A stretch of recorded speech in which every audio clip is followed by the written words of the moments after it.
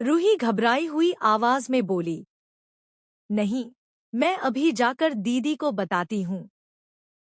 अगर उन्हें सच्चाई पता चल जाएगी तो वो तुरंत इनकार कर देंगी। आरव ने तुरंत बीच में रोकते हुए कहा, रूही, अब बहुत देर हो चुकी है। आज तो मेहंदी की रस्म है, अब इस वक्त पर कोई रिश्ता टूटेगा क्या? समाज, रिश्तेदार, सब लोग इकट्ठा हो चुके हैं।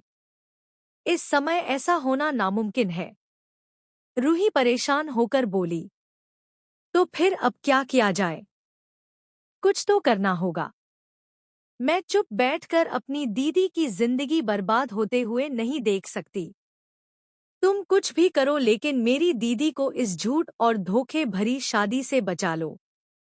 आरव ने गहरी सांस लेकर मुस्कुराते हुए कहा, तुम टेंशन मत लो। कल शादी तो जरूर होगी, लेकिन वो यश और आरोही की नहीं होगी, बल्कि आरोही और आहान की होगी। रूही हैरानी से उसकी तरफ देखने लगी। उसकी आंखों में सवाल ही सवाल थे। क्या सच में ऐसा हो सकता है? आहान तो गुस्से में है। उसने तो कसम खाई है कि कभी आरोही का चेहरा तक नहीं देखेगा। फिर वो शादी कैसे करेगा? आरव ने दृढ़ निश्चय के साथ जवाब दिया, बस देखती जाओ। मैंने सब सोच लिया है। ये लड़ाई अब सिर्फ एक शादी की नहीं है, बल्कि सच्चाई और झूठ के बीच की है।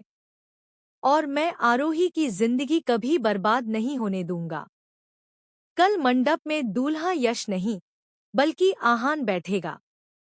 रूही की आंखों में उम्मीद की किरण चमक उठी, लेकिन उसके दिल में अभी भी डर था। वो जानती थी कि ये रास्ता आसान नहीं है। उसी दिन शाम को यश अपने घर से एक बड़ी सी मिठाई का डिब्बा लेकर आहान के घर पहुंच गया। क्योंकि यश का घर आहान के घर के बिल्कुल पास ही था और उनकी फैमिली शुरू से ही फैमिली फ्रेंड्स मानी जाती थी। बचपन से ही दोनों घरों का आना जाना था, इसलिए यश बिना किसी झिझक के सीधे अंदर चला आया। घर के ड्राइंग रूम में आहान के माता पिता बैठे थे। यश ने दरवाजे पर कदम रखते ही बड़े ही गर्मजोशी से कहा, हेलो अंकल, नमस्ते आंटी। आज मैं आप सबके लिए मिठाई लेकर आया हूँ। इतना कहकर उसने मिठाई का डिब्बा टेबल पर रखा और खुद ही खोलकर सबको खिलाने लगा। यश के चेहरे पर खुशी साफ झलक रही थी। वो बार बार मुस्कुराकर कह रहा था, अंकल, आंटी, अब तो घर में जश्न का माहौल है। कल से रस्में शुरू हो गई हैं और अब बस शादी की घड़ी नजदीक है। आप सबको तो आना ही है। आपके बिना ये खुशी अधूरी रहेगी। आहान के पापा ने शिष्टाचार निभाते हुए मुस्कान के साथ मिठाई का टुकड़ा उठाया और कहा, हाँ बेटा, क्यों नहीं। ये तो बहुत खुशी की बात है। आहान की मम्मी ने भी मिठाई खाई और आशीर्वाद के लहजे में बोली, अल्लाह तुम दोनों को खुश रखे। लेकिन उसी वक्त आहान सीढ़ियों से नीचे आ रहा था। उसकी नजर यश पर पड़ी तो उसके चेहरे पर गुस्से की लकीरें खिंच गईं। उसने देखा कि यश सबको मिठाई खिलाकर शादी का न्योता दे रहा है। आहान का मन जैसे आग सा जल उठा। यश ने आहान को देखते ही जोर से आवाज दी, अरे आहान भाई, तुम आ ही गए। लो मिठाई खाओ, तुम्हारे भाई की शादी है। कल जरूर आना, तुम्हारे बिना तो मजा ही नहीं आएगा। आहान ने गुस्से में यश की तरफ घूर कर देखा, लेकिन सामने घरवालों की मौजूदगी के कारण कुछ नहीं बोला। उसका चेहरा लाल हो चुका था, मुट्ठियां कस गई थी और दिल में उथल-पुथल मच गई थी। आहान अपने कमरे को चला गया। उसका चेहरा पहले से ही तनाव और गुस्से से भरा हुआ था। तभी अचानक दरवाजा खुला और यश अंदर आ गया। यश के हाथ में वही मिठाई का डिब्बा था, लेकिन इस बार उसके चेहरे पर और भी ज्यादा रौनक और घमंड झलक रहा था। जैसे ही आहान की नजर यश पर पड़ी, उसका खून खौलने लगा। उसने झटके से उठकर गुस्से में कहा, तू बार बार यहाँ क्यों चला आता है? कितनी बार समझाऊं तुझे? कितनी बार मार खाएगा तब जाकर सुधरेगा? यश बिना डरे मुस्कुराते हुए बोला, अरे भाई, गुस्सा क्यों करता है? मैं तो तुझे स्पेशल इनविटेशन देने आया हूं।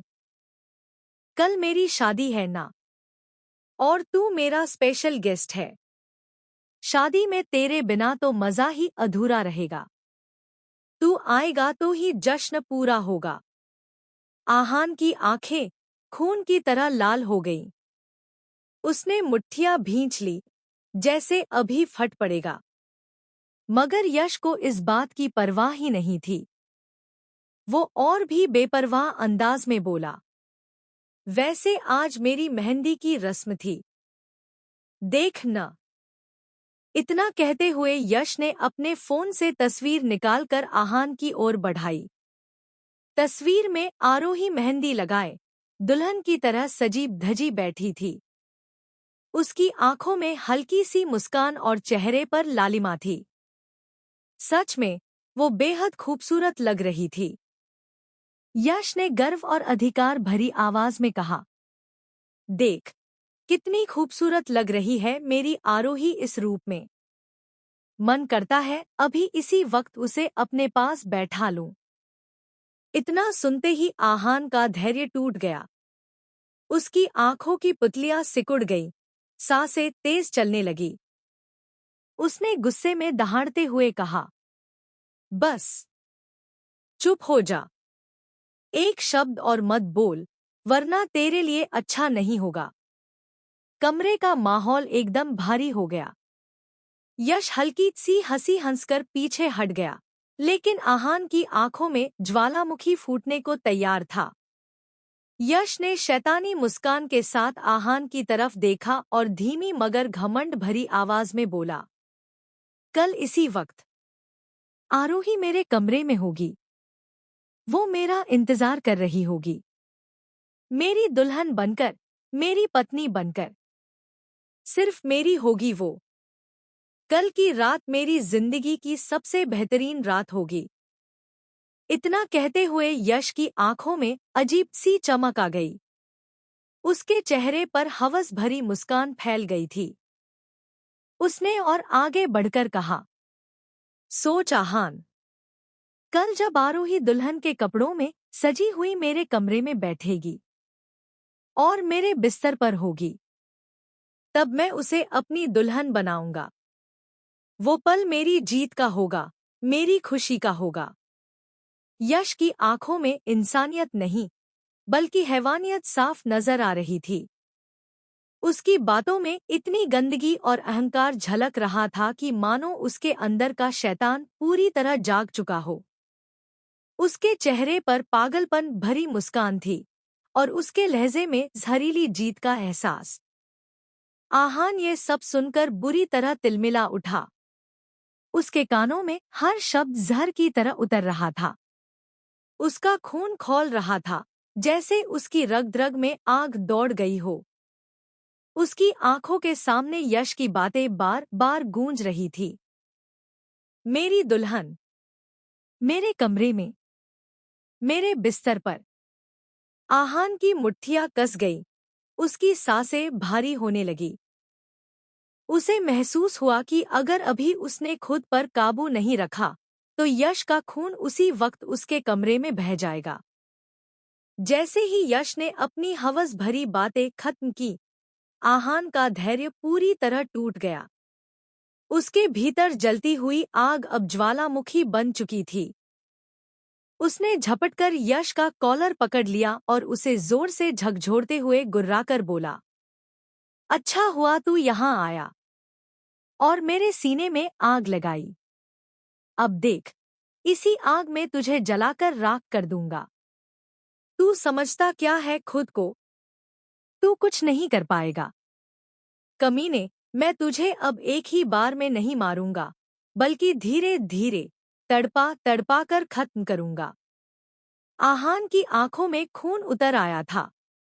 उसके शब्दों में जहर टपक रहा था। उसने यश की आंखों में गहराई से झांकते हुए कहा, अच्छा हुआ तूने ये सब कह दिया। तूने मेरा कन्फ्यूजन दूर कर दिया। अब मैंने अपना फैसला कर लिया है। यश उसकी बातों से सहम सा गया। उसके चेहरे पर थोड़ी घबराहट और थोड़ी झुंझलाहट साफ दिखाई दे रही थी। वो हकलाते हुए बोला, मतलब? क्या मतलब है तेरे कहने का? आहान ने होठों पर तिरस्कार भरी मुस्कान लाई और उसके कान में झुककर धीरे से कहा, उल्लू के पट्टे, तू कभी समझ ही नहीं पाएगा। मेरे मतलब को लेकर अपना दिमाग मत खपा। जा और जाकर एंजॉय कर। धीरे धीरे तुझे सब समझ आ ही जाएगा। यश गुस्से से दांत भींचकर बोला, हाँ, एंजॉय तो मैं ही करूंगा, और वो भी अपनी शादी की रात। आहा ने उसकी गर्दन को झटका देकर छोड़ दिया और ठंडी मगर तीखी आवाज में कहा, अब निकल यहां से। फालतू का टाइम नहीं है मेरे पास। जा और जाकर अपना बेड सजा ले। यश का चेहरा एक पल को तमतमा गया। उसने माथे पर हाथ फेरते हुए अपने बाल पीछे किए, मानो अपनी चिढ़ और गुस्से को छुपाने की कोशिश कर रहा हो। फिर तिरस्कार भरी नजर डालकर वहां से निकल गया। आहान कुछ देर वहीं खड़ा रहा। उसकी सांसें भारी हो रही थी और आंखों में बदले की आग सुलग रही थी। यश के हर शब्द उसके दिल में चुभ रहे थे, लेकिन अब उसका मन पूरी तरह साफ था। वो आरोही की जिंदगी बर्बाद नहीं होने देगा। अनदेखी मोहब्बत, एक ऐसी कहानी जो शुरू तो हो चुकी है, पर अंजाम अभी बाकी है।